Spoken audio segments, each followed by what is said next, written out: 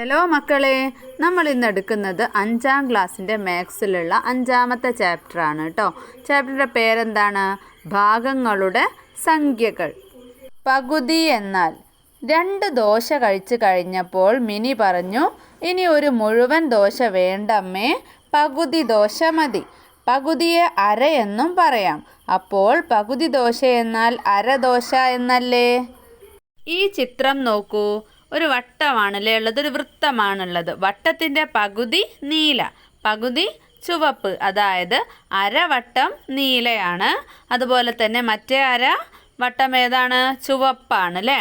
വട്ടത്തിൻ്റെ ഒരു ഭാഗം അര എന്താണ്? പകുതി ഭാഗം നീലയാണ്, ബാക്കി പകുതി ഭാഗം ചുവപ്പാണ്. പിന്നെ അടുത്ത ചിത്രത്തിലോ ഒരു വരയാണല്ലേ തന്നിട്ടുള്ളത്. അതിൻ്റെ പകുതി ഏതാണ്? നീലയാണ്, പകുതി ചുവപ്പാണ് അല്ലേ? അപ്പോൾ വരയുടെ നീളം 1 മീറ്റർ ആണെങ്കിലോ, അപ്പോൾ 1 മീറ്ററിൻ്റെ പകുതി നീളത്തെ നമ്മൾ എന്താ പറയുക? അര മീറ്റർ എന്നാണ് അല്ലേ പറയുക. അപ്പോൾ അര മീറ്ററും അല്ലേ 1 മീറ്റർ. അപ്പോൾ അര മീറ്റർ നീല കളറും ബാക്കിയുള്ള അര മീറ്റർ ചുവപ്പ് കളറുമാണ് അല്ലേ? ഇനി 1 ലിറ്റർ പാല് 2 കുട്ടികൾക്ക് ഒരുപോലെ കൊടുത്തു. അപ്പോൾ ഒരാൾക്ക് എത്ര കിട്ടി? 1 ലിറ്ററിൻ്റെ പകുതി എത്രയാണ്? അര ലിറ്റർ. അപ്പോൾ ഒരാൾക്ക് അര ലിറ്റർ, മറ്റേ ആൾക്ക് അര ലിറ്റർ അല്ലേ?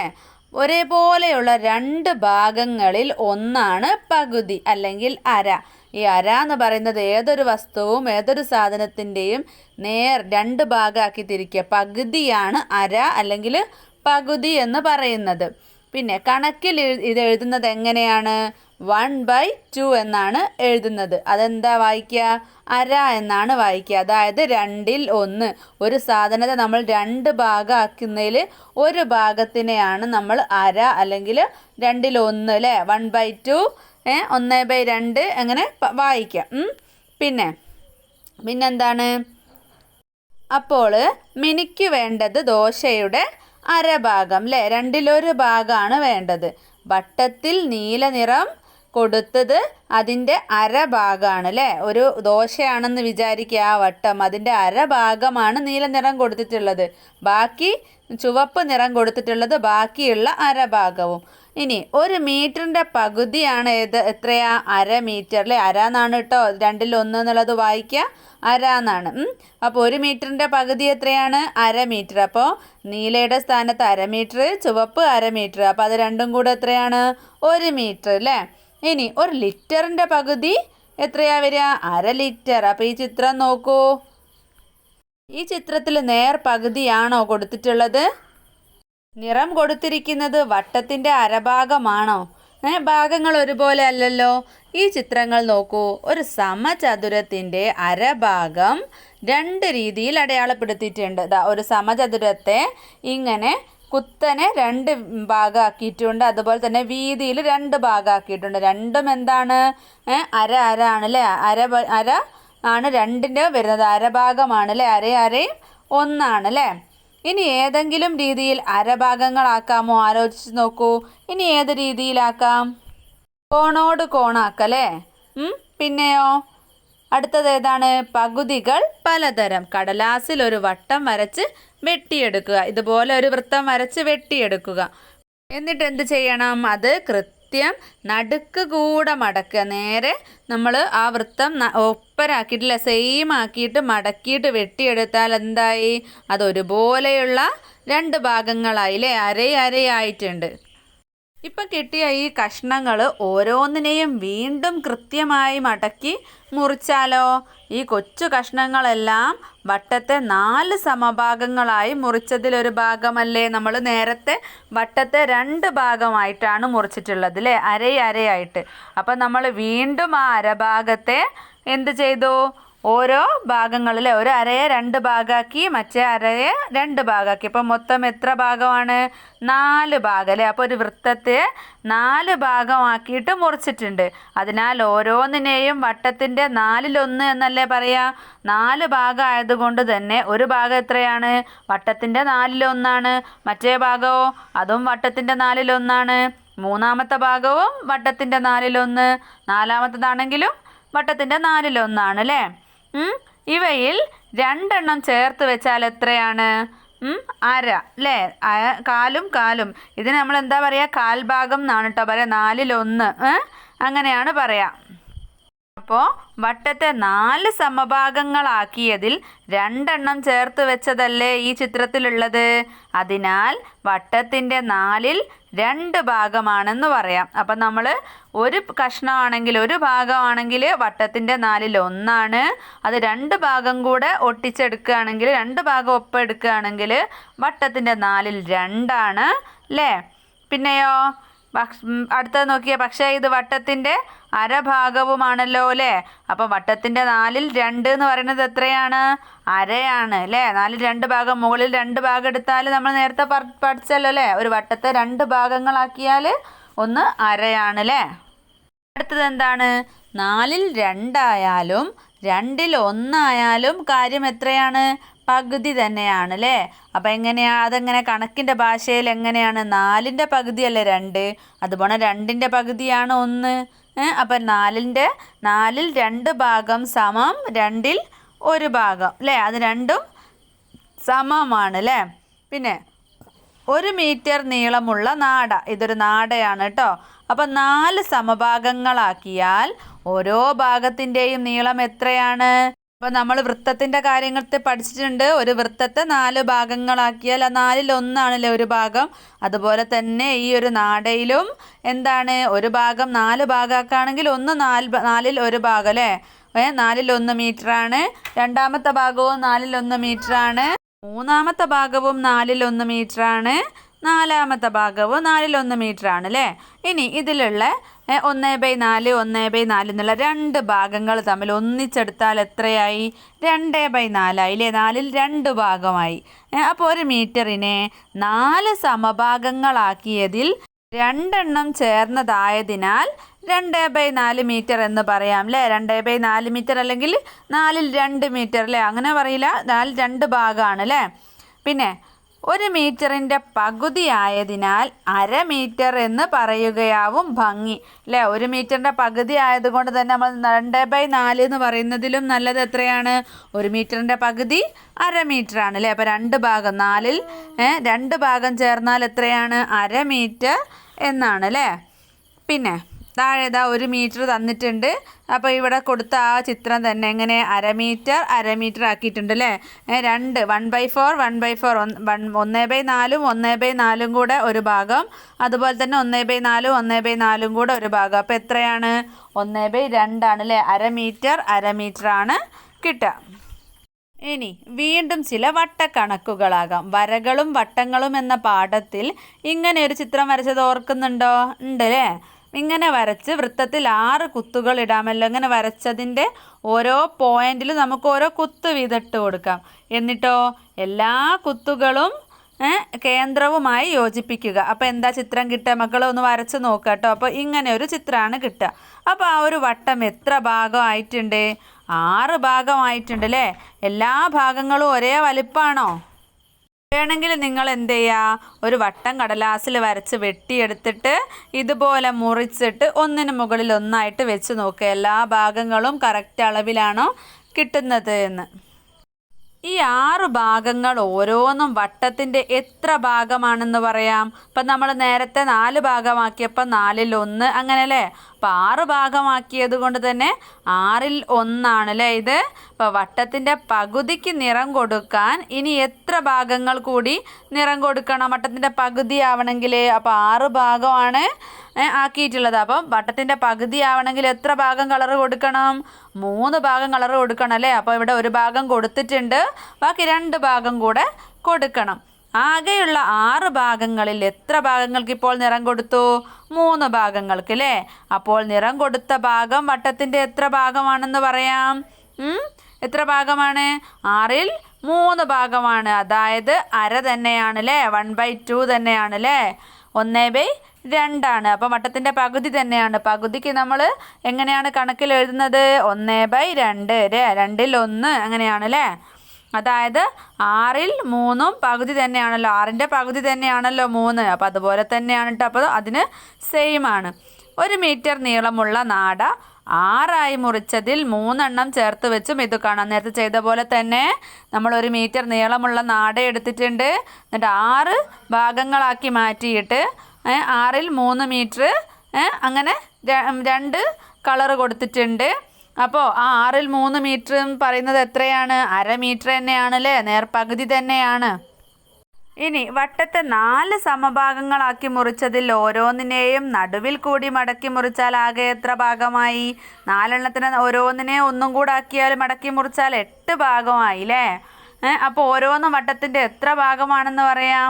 8ൽ 1 പറയാം അല്ലേ? ഇപ്പോൾ എഴുതുന്നതോ 1/8. ഇവയിൽ എത്ര എണ്ണം ചേർത്താലാണ് പകുതി വട്ടമാകുക? 4 ഭാഗം ചേർത്താലാണ് പകുതിയാകുക അല്ലേ? അപ്പോൾ പകുതി എന്നതിനെ മറ്റൊരു വിധത്തിൽ എങ്ങനെ പറയാം? അര 1/2 എന്ന് പറയാം അല്ലേ? പകുതിയുടെ ഇതുവരെ കണ്ട പല രൂപങ്ങൾ ചേർത്ത് ഒരു പട്ടികയാക്കിയാലോ?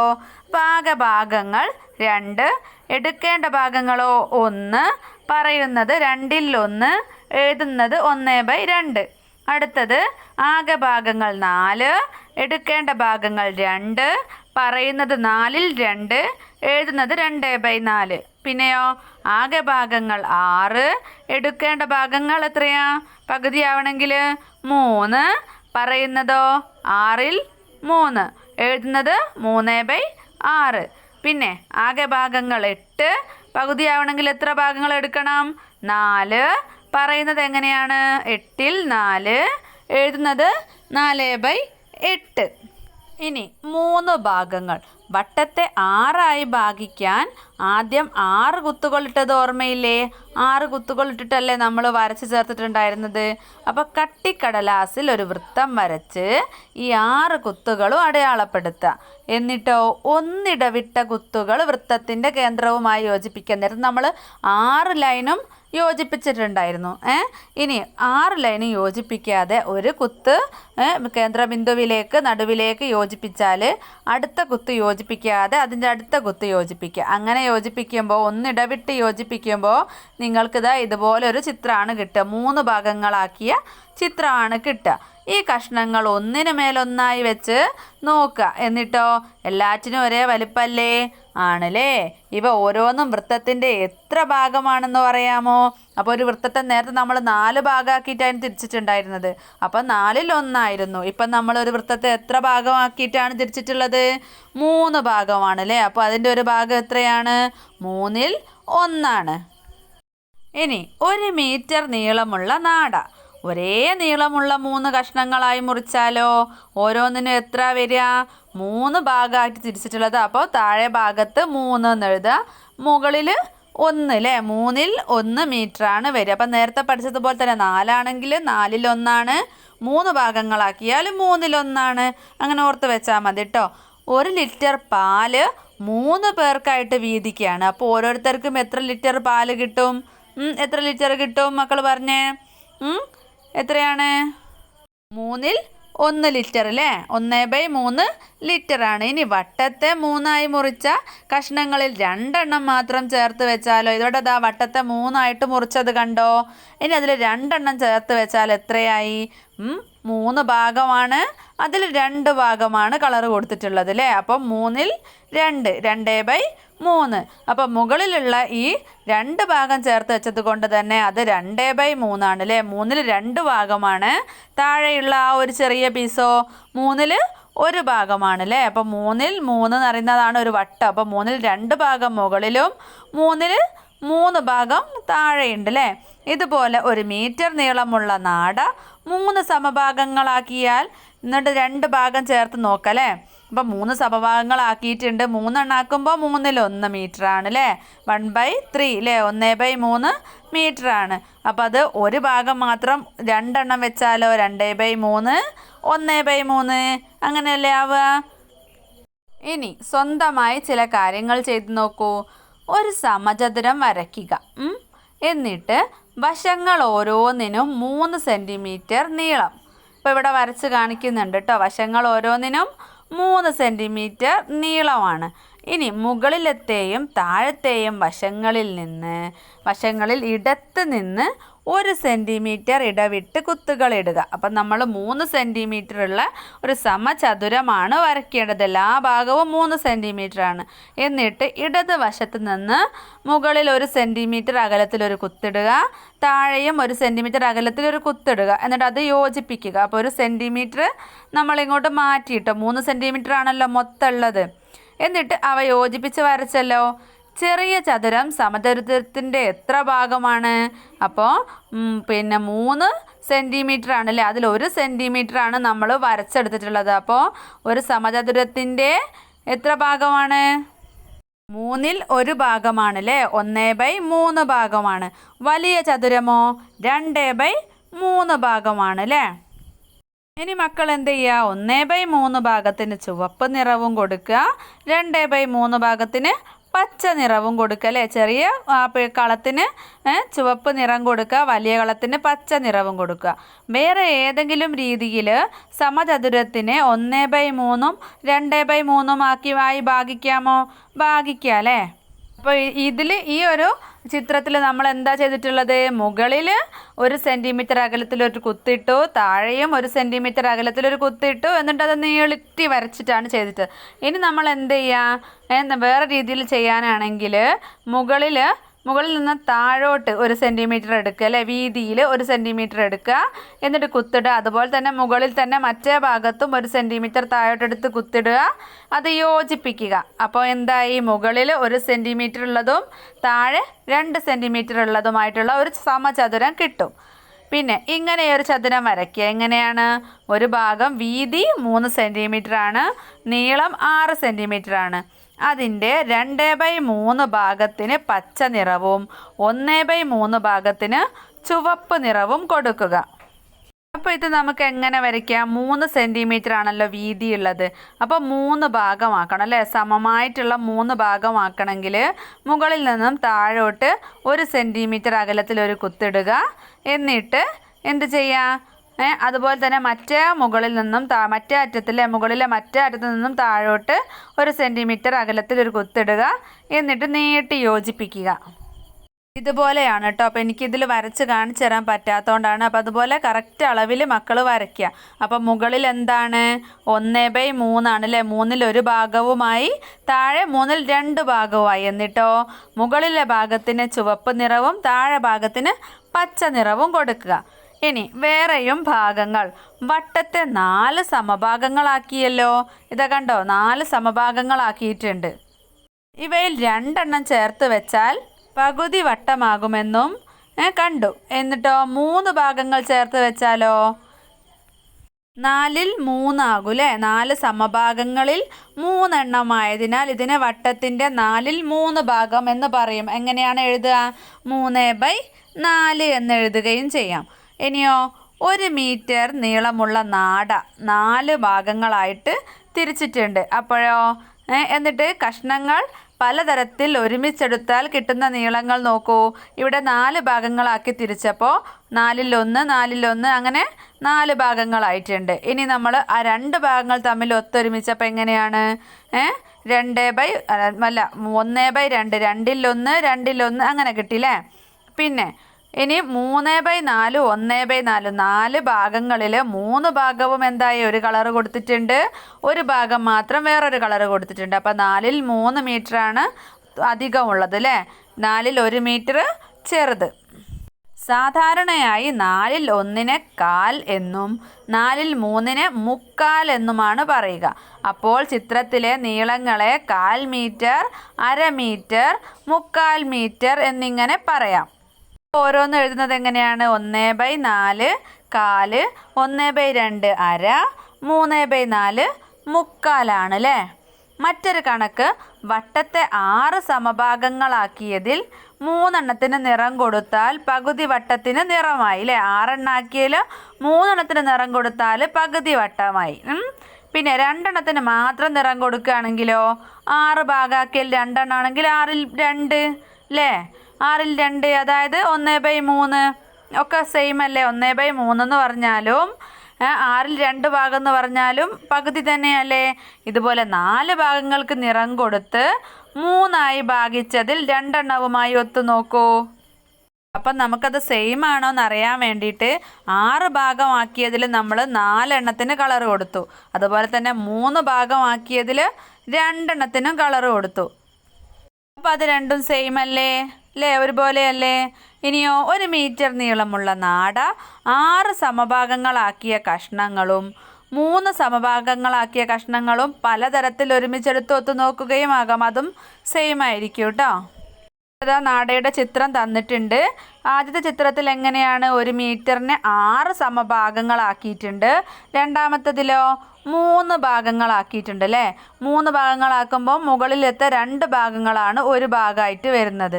അപ്പോൾ 6 ഭാഗങ്ങളും ഈ 3 ഭാഗങ്ങളും തുല്യമായിട്ടല്ലേ നിൽക്കുന്നത്? തുല്യമല്ലേ?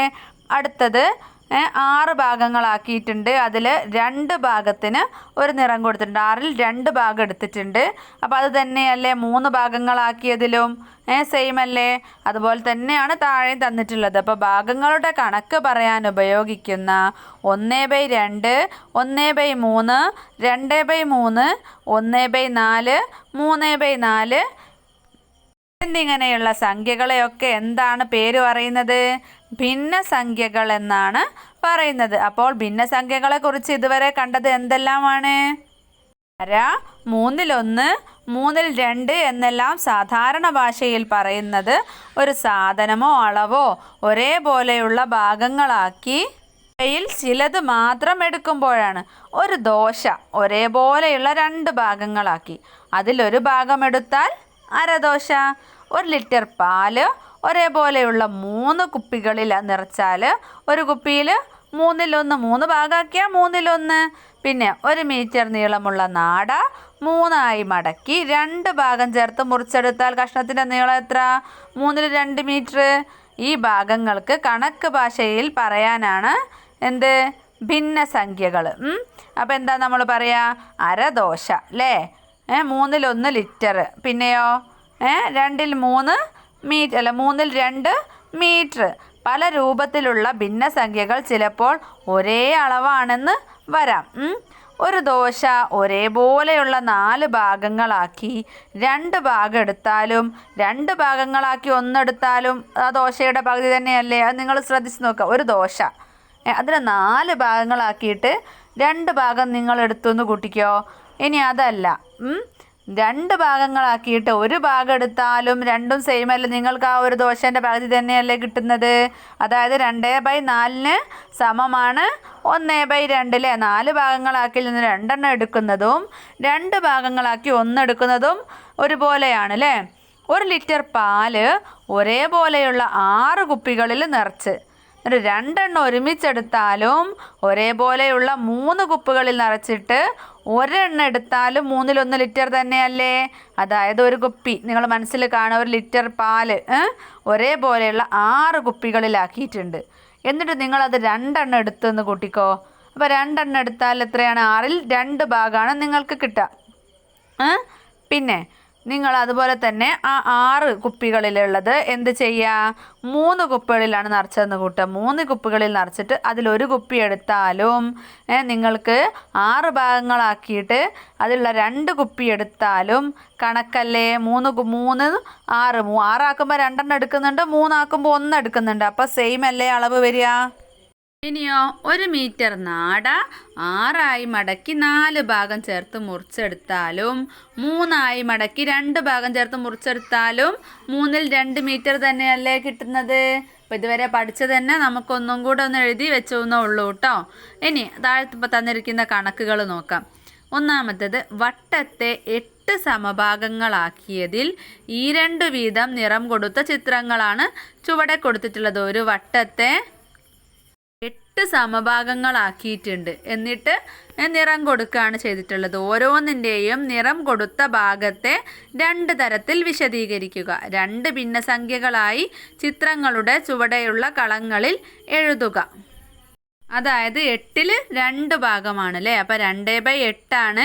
അത് എങ്ങനെയാണ് ഒരു സമചതുരത്തിൻ്റെ 8 ഭാഗം ആക്കുന്നത്? നമ്മൾ 4 ഭാഗമാണെന്നല്ലേ കൂട്ടിയാൽ എത്രയാണ്? കാലാണ് അല്ലേ? 1/4 ആണ് അല്ലേ? ഒരു വട്ടത്തിൻ്റെ 1/4 ഭാഗമാണ് അതെന്നും കൂടെ പറയാം. അടുത്തതോ ഒരു വട്ടത്തിൻ്റെ 8 ഭാഗങ്ങളാക്കിയതിൽ 4 ഭാഗങ്ങൾ കളർ കൊടുത്തിട്ടുണ്ട്. അപ്പോൾ എത്രയാണ്? 4/8. 8ൽ 4 എന്ന് പറയാം. പിന്നെ നമുക്ക് എങ്ങനെ പറയാം? 8ൽ 4 എന്ന് പറയുമ്പോൾ ഈ വട്ടത്തിൻ്റെ 8 ഭാഗത്തിൽ 4 ഭാഗവും എടുത്താൽ എത്രയാണ്? അരയാണ് അല്ലേ, പകുതിയാണ്. അപ്പോൾ 1/2 അല്ലേ, 2ൽ 1 ഭാഗം എന്നും പറയാം. അടുത്ത ചിത്രത്തിലോ 8 ഭാഗത്തിൽ എത്ര ഭാഗം? 6 ഭാഗത്തിന് കളർ കൊടുത്തിട്ടുണ്ട് അല്ലേ. അപ്പോൾ ഒരു വൃത്തത്തിൻ്റെ 1/4 ഭാഗത്തിന് കളർ കൊടുത്തിട്ടുണ്ട്. ഇനി 2 ഭാഗമല്ലേ, മുകളിൽ അരഭാഗം പിന്നെ താഴെയുള്ള അരഭാഗത്തിൻ്റെ പകുതി, അപ്പോൾ 1/4 ഭാഗമല്ലേ. അപ്പം നമുക്ക് 8ൽ 6 ഭാഗം അല്ലേ, 6/8 എന്ന് എഴുതാം. പിന്നെ എന്തെഴുതാം? 3/4 എന്ന് എഴുതാം. 3/4 എന്നുള്ളത് എന്താ വായിക്കുക? 1/4 എന്നാണ് അല്ലേ വായിക്കുക. അടുത്തത് വട്ടത്തെ 12 സമഭാഗങ്ങളാക്കിയതിൽ ചിലതിന് നിറം കൊടുത്ത ചിത്രങ്ങളാണ് ചുവടെ. അപ്പോൾ എന്താ ചെയ്യേണ്ടത്? ഓരോന്നിൻ്റെയും നിറം കൊടുത്ത ഭാഗത്തെ 2 തരത്തിൽ വിശദീകരിക്കുക. 2 ഭിന്നസംഖ്യകളായി ചിത്രങ്ങളുടെ ചുവടെയുള്ള കളങ്ങളിൽ എഴുതുക. അപ്പം നമ്മളിപ്പം ചെയ്തതുപോലെ തന്നെ അതിൻ്റെ ഇരട്ടിയാക്കിയ പോലെ ഉണ്ട് അല്ലേ. 12 ഭാഗമാക്കിയിട്ടുണ്ട്. അപ്പോൾ അതിൽ 3 ഭാഗത്തിനാണ് ഫസ്റ്റത്തെ കോളത്തിൽ കളർ കൊടുത്തിട്ടുള്ളത്. അതായത് 12ൽ 3 ഭാഗം. ഇനി മക്കളിങ്ങനെ കൂടുതലായിട്ടും ചിന്തിക്കേണ്ട. 12ൽ 3 ഭാഗം എന്ന് പറഞ്ഞാൽ ഒരു വട്ടത്തിന് 4 ഭാഗമാക്കിയതിലുള്ള ഒരു ഭാഗമല്ലേ. 4 3 അല്ലേ 12. അപ്പോൾ 3 ഭാഗമാക്കിയതിൽ എന്താണ്? 12ൽ 3 അതുപോലെ തന്നെ 1/4 ഭാഗവുമാണ് അല്ലേ ഒരു വൃത്തത്തിൻ്റെ. അപ്പോൾ 2 രീതിയിൽ എങ്ങനെ എഴുതാം? 12ൽ 3 സമമാണ് എത്ര? 1/4. അടുത്തതോ 12ൽ 2 ഭാഗമാണ് അല്ലേ. അപ്പോൾ 12ൽ 2 എന്ന് പറയുന്നത് ഒരു വൃത്തത്തെ 6 ഭാഗങ്ങളാക്കിയിട്ട് അതിലൊരു ഭാഗമല്ലേ. മുകളിലത്തെ ഭാഗം 3 ഭാഗം, താഴെ 3 ഭാഗം, അതിലുള്ള ഒരു ഭാഗമല്ലേ. അപ്പോൾ എങ്ങനെ എഴുതാം? 2/12 സമമാണ് എത്ര? 1/6. അടുത്ത പിക്ചറിലോ 12 ഭാഗത്തിൽ 4 ഭാഗത്തിനാണ് കളർ കൊടുത്തിട്ടുള്ളത്. അതായത് 12 ഭാഗത്തിൽ 4 ഭാഗം എന്ന് പറയുമ്പോൾ പിന്നെ 4/12 ആണ്. ഇനി ഒരു വൃത്തത്തെ 6 ഭാഗങ്ങളാക്കുക. ഈ 12 എന്നുള്ളത് നേർപകുതിയാക്കുക. 6 ഭാഗത്തിൽ എത്രയാണ്? 2 ഭാഗം. 2 ഭാഗം. 6 ഭാഗം മുകളിലുള്ളത് 3 ഭാഗമൊക്കെ. 2 വരെ 2 കള്ളി 2 കള്ളി ഓരോ ഭാഗം അല്ലേ.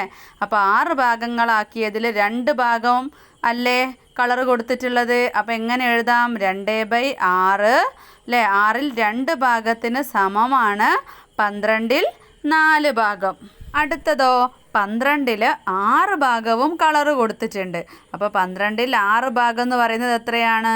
ഒരു വൃത്തത്തെ 2 ഭാഗങ്ങളാക്കി തിരിച്ചിട്ട് അതിന് മുകളിൽ ഒരു ഭാഗവും താഴെ ഒരു ഭാഗവും. അപ്പോൾ എത്രയാണ്? 2ൽ 1 അല്ലേ. അപ്പോൾ 1/2 അര ഭാഗമാണ് അല്ലേ. അപ്പോൾ 12ൽ 6 എന്ന് എഴുതാം അല്ലേ. 6/12 സമമാണ് 1/2. 2ൽ ഒരു ഭാഗം.